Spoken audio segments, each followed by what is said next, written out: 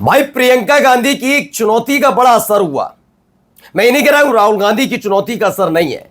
राहुल गांधी प्रयागराज, राजस्थान के कोटा, उत्तराखंड, हर तरफ जो पहुंचे और छात्रों का हुजूम उमड़ रहा है, उसने बीजेपी को पहले से बेचैन किया।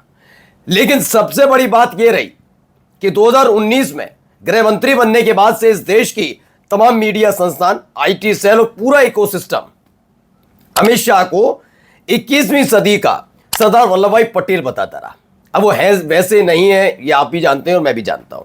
लेकिन 21 जुलाई से ये 11 अगस्त बीत जाती है, संसद पहुंच ही नहीं पा रहे भाई साहब। मतलब संसद आ रहे, सदन नहीं पहुंच पा रहे, जवाब नहीं दे पा रहे, ये तमाम चीजें होती हैं।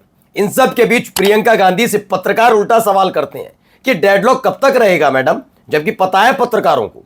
उन्होंने कहा तब तक जब तक अमित शाह सदन में आकर जवाब नहीं देते। उसके फौरन बाद खबर निकल कर आई कि अमित शाह जवाब देने के लिए तैयार है। जी हां, और फिर एक ट्रेंड चलाया गया कि जब अमित शाह जवाब दें तो राहुल गांधी भागना मत। लेकिन वो भागें न भागें, लेकिन पहले अमित शाह आ तो जाए, क्योंकि जिस बड़े तेज और तर्रार आवाज में किरण रिजिजू ये दावा कर रहे थे कि अमित शाह आएंगे, वैसा होता हुआ नजर नहीं आ रहा है। मात्र 72 घंटे से भी कम का समय बचा हुआ है। ये 72 घंटे से कम का, जहां यह साबित होगा कि इस देश के गृह मंत्री वाकई सरदार वल्लभ भाई पटेल हैं भी या नहीं। क्योंकि ये 72 घंटे बाद यानी 13 अगस्त को इस सत्र का समापन होगा। सरकार के सामने, अमित शाह के सामने चुनौती है कि उनकी साख पर जो बट्टा लगा है, उस बट्टे को कैसे धोया जाए। यानी कि एक ऐसा गृह मंत्री जो पूरे सत्र से गायब रहता है, एक ऐसी व्यक्ति, वो वाली छवि को कैसे धूमिल किया जाए।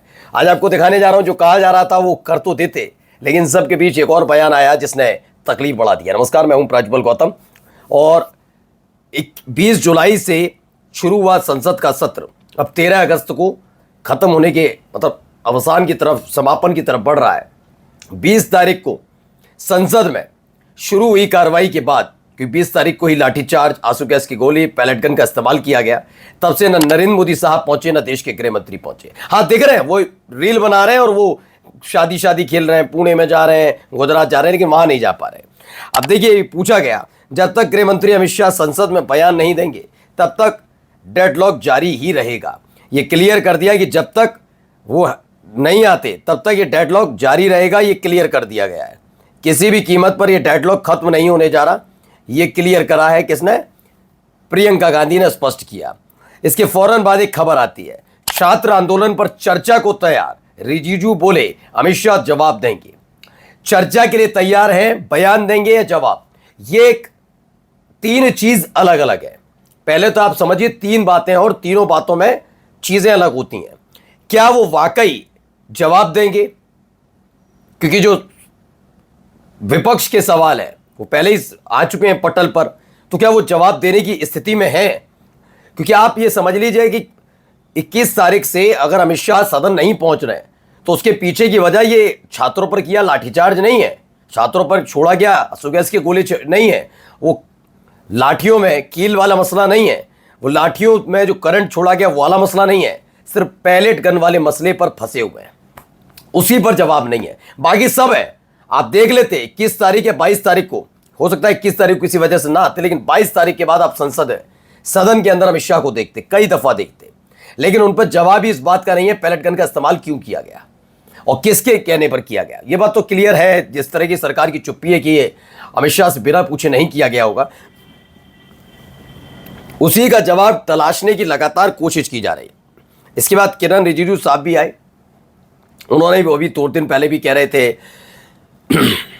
जिस गृह मंत्री अमित शाह का नाम सुनकर आतंकवादी कांपते, वही इनका अपना गुणगान गाते रहना होता है, क्योंकि कुर्सी तब तक रहेगी, तो वही वाले आते रहेंगे, जब वो आए तो भाग मत जाना, ये मत कर जाना, फालतू की बातें करने के अलावा काम नहीं है।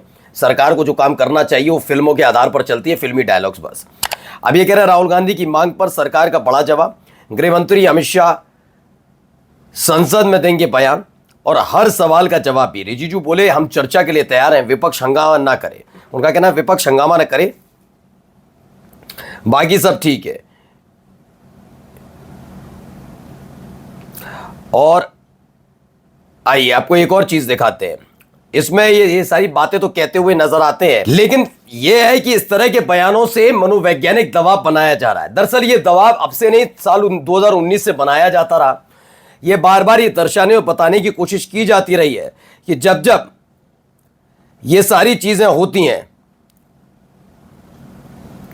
तो उसमें अमित शाह ने हमेशा चीजें संभाली हैं, ऐसा बताने दिखाने के लिए एक मनोवैज्ञानिक दबाव के तौर पर है।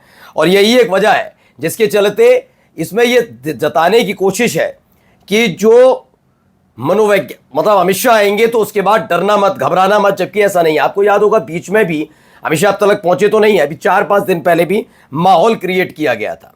माहौल क्रिएट किया गया कि भाई ऐसा है कि ये जो अमित शाह है ना, ये बहुत पूछ रहे थे अमित शाह हैं कहां, तो अमित शाह जो हैं वो पहुंच गए थे और राहुल गांधी छोड़कर चले गए सदन। ये हमने आपको तस्वीर दिखाई थी, जबकि वो पिछले सत्र का था, मौजूदा सत्र का नहीं था। उसके बावजूद भी वो बार बार ये समझाते नजर आ रहे थे कि जो पहुंचे वो किस चीज के लिए पहुंचे और कौन सा वाला मसला उनका रहा। तो ये तमाम चीजें भी नजर आती है, लेकिन फिलहाल अभी तक ये देखिए एक और इनका बयान दिखाते क्या कह रहे हैं। हमारी मांग है कि अमित शाह सदन में आए। हम 17 दिन से कोशिश कर रहे हैं कि अमित शाह सदन में आकर बच्चों के ऊपर हुए अन्याय और अत्याचार पर बयान दें। प्रधानमंत्री मोदी भी सदन में आकर जवाब देने के बदले रात में इंस्टाग्राम रील पर बना रहे हैं। आखिर ये लोग सदन में आने से क्यों डरे हुए हैं? इसका मतलब है कि ये जानते हैं कि उन्होंने कुछ गलत किया है। मोदी सरकार न जनता की समस्याओं को हल करना चाहती है और न ही छात्रों और युवाओं को समाधान देना चाहती है। अगर इन्हें सदन में बयान नहीं देना है तो इस्तीफा दें। बार बार इसी बात की डिमांड उठाई जा रही है। दरअसल ये पहले ही क्लियर कर दिया गया था राहुल गांधी की तरफ से कि भाई ऐसा है, जरा ये बताइए आप, ये वाला जो मसला है, पूरा ओवरऑल जो मसला चल रहा है, इस ओवरऑल मसले का क्या है कि आपके पास क्या है? आपने क्या पैलेट गन, आपने लाठीचार्ज, आपने कील लगी हुई लाठियों, क्या आपने आंसू गैस के गोले, इन सब से पीटने का अधिकार, बर्बरता का अधिकार आपने, मतलब यही आदेश आपने दिया था? अगर दिया है तो अमित शाह जानते हैं कि इस पर जवाब देना होगा कि क्यों दिया, कैसा क्या कर, कौन सा आपका इनपुट आ गया था आपकी पुलिस पर कि आपने वो स्थितियां अपनाई जो दंगाइयों से भी बदतर होते हैं, उनके लिए आजमाई जाती है। पहला। दूसरा यह है कि अगर आपने नहीं दिया तो आप नाकाबिल मंत्री हैं, क्योंकि अब तक इनकी तरफ से कोई बड़ा काम नहीं किया गया। आपको एक और बात बता दें, पुलिस कमिश्नर को बदला क्यों गया इस कार्रवाई से ठीक पहले, उस पर भी जवाब देना है। तो जवाब बहुत, मतलब ये मत सोचिए कि 1-2 पर जवाब देने हैं, जवाब बहुत सारे मुद्दों पर देने होंगे। और यही एक वजह है जिसकी वजह से ये परेशान चल रहे हैं। अभी समझ नहीं पा रहे कि इस पूरे मुद्दे को पाट कर इन 72 घंटे से कम का वक्त बताए, 13 तारीख को खत्म हो जाएगा, समापन हो जाएगा, उससे पहले अमित शाह को कैसे स्थापित किया जाए, कैसे वो सदन के अंदर आए, कैसे देश के सामने छवि जाएगी कांग्रेस अवरोध डाल रही है। अमित शाह तो कब के तैयार थे जवाब देने के लिए। ये तमाम चीज़ों की कवायद हो रही है, लेकिन जवाब हो तब ना। नमस्कार।